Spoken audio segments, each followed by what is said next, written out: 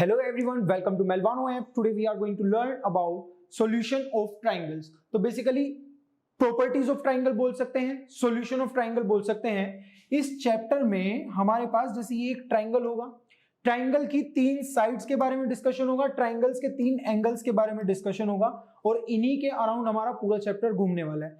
अब बेसिकली अगर मैं इस चैप्टर के वेटेज की बात करूं तो वेटेज अगर देखा जाए तो ऑन एन एवरेज एक क्वेश्चन जेई मेंस में और एक क्वेश्चन जेई एडवांस में हर साल इसमें पूछा जा रहा है लगभग।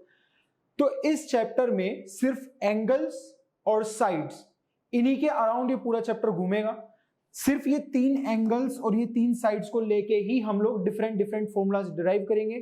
कैसे आप अलग अलग तरीके से इस ट्राइंगल का एरिया निकाल सकते हो, कैसे आप ये एंगल निकाल सकते हो, कैसे ये साइड निकाल सकते हो। तो अलग अलग कॉम्बिनेशंस होंगे और अलग अलग ही हमारे पास चीजें निकालने के लिए रहेंगी।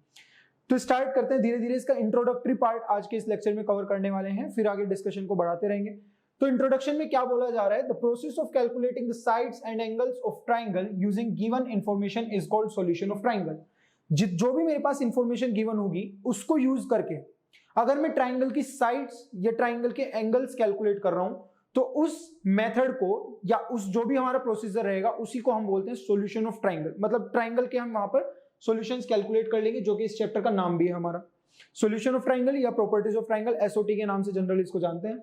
फिर बोला जा रहा है किसी भी एक ट्राइंगल एबीसी में the angles are denoted by capital letters ABC.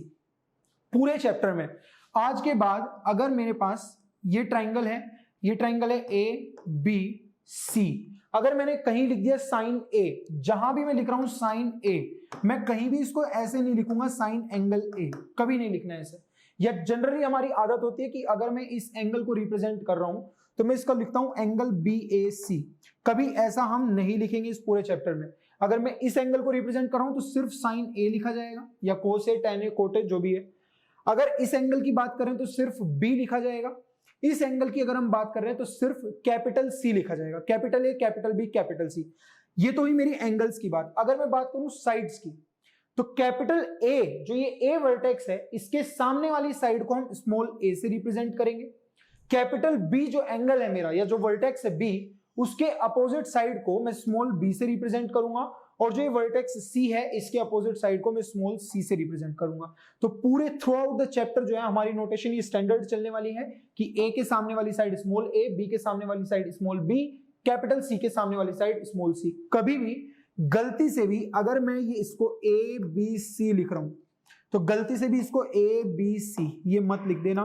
जैसे इसको लिखोगे सारे रिजल्ट्स के मीनिंग चेंज हो जाएंगे, क्योंकि हम जितने भी रिजल्ट्स पढ़ेंगे वो सब इस स्टैंडर्ड नोटेशन से पढ़ने वाले हैं। तो वही यहां पर लिखा हुआ है, and the length of the sides opposite these angles are denoted by small letters small A, small B and small C respectively. ये पूरा जो है हमारा सिर्फ इस चैप्टर का इंट्रोडक्शन है। कैसे हम डिफरेंट डिफरेंट फॉर्मुलाज को यूज करेंगे वो हम आने वाले लेक्चर्स में देखने वाले हैं। Okay, so this is all about the introductory part of solution of triangle. Rest we will be discussing in the upcoming lecture. So I hope you did follow this lecture. See you in the next one. Thank you.